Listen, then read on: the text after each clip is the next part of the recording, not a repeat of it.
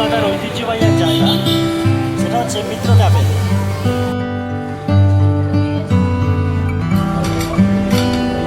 সূর্য ওঠার সাথে সাথে যেরকম সকালটা সুন্দর হয়ে ওঠে, সেরকম আজকের সকালটাও আমার কাছে ভীষণ স্পেশাল। কারণ আজকে টিকিট কাটা হয়েছে বেনারস অর্থাৎ কাশি যাওয়ার উদ্দেশ্যে। আমাদের কাশির টিকিট কাটা কনফার্ম, আর তার সাথে আজকে ছুটির দিন, আজকে যাব একটু ঘুরু ঘুরু করতে। তো চলো, বেনারসের ভিডিও খুব তাড়াতাড়ি আসবে। আমরা আছি কলকাতার ঐতিহ্যবাহী এক জায়গা, সেটা হচ্ছে মিত্র ক্যাফে। কথিত আছে নাকি এখানে ময়নাক উত্তম কুমারও মাঝে মধ্যে অবসর সময় কাটাতে আসে। তো আজকে আমরা এখানে ফিশ কবিরাজি ট্রাই করে দেখবো। অনেক তো নাম শুনেছি, চিকেন স্টু, চিকেন স্টু আর ফিশ কবিরাজি। ভেন চপও বিখ্যাত না? এত গাড়ির আওয়াজ, একটুখানি নয়েজে প্রবলেম হতে পারে। তো চলুন ভেতরে যাই, দেখবো কী কী খাবার আছে। মিত্র ক্যাফে 100 বছরেরও পুরনো। আজকে এই কলকাতার একটা ছোট্ট জায়গায় তোমাদেরকে নিয়ে চলে আসলাম, আর তার সাথে সাথে আমিও চলে আসলাম এই সুন্দর জায়গাটা ঘুরতে। আর এই গরমে সুন্দর জায়গাটা একটা সুন্দর সময় কাটানোর জন্য।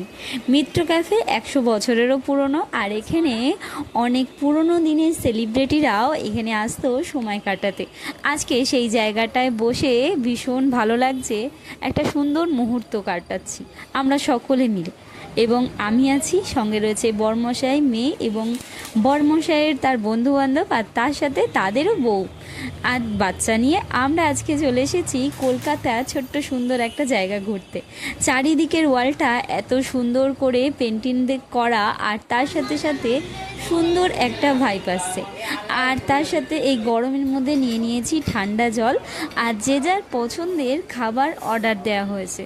সঙ্গে কি কি রয়েছে আজকে যে যার পছন্দের, কেউ নিয়েছে কাটলেট, কেউ নিয়েছে ফিশ ফ্রাই, কেউ বা চিকেনের কোনো একটা ডিশ। তো আজকে সকলে যে যার পছন্দের খাবার খেয়ে সুন্দর একটা একঝুড়ি গল্প নিয়ে বসে যে যার মতন গল্প করে সময় কাটানো, তার সাথে সাথে সুন্দর করে এই ছুটির দিনটা সময়টা ভীষণ সুন্দরভাবে উপভোগ করা। তো কেমন লাগলো আজকের এই ছোট্ট ভিডিওটা কমেন্টে জানিও।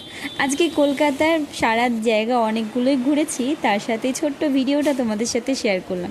খাওয়া দাওয়ার পর আমরা মেট্রো ধরে এখন চলে যাচ্ছি বাড়ির উদ্দেশ্যে। কেমন লাগলো কমেন্টে জানাতে একদম ভুল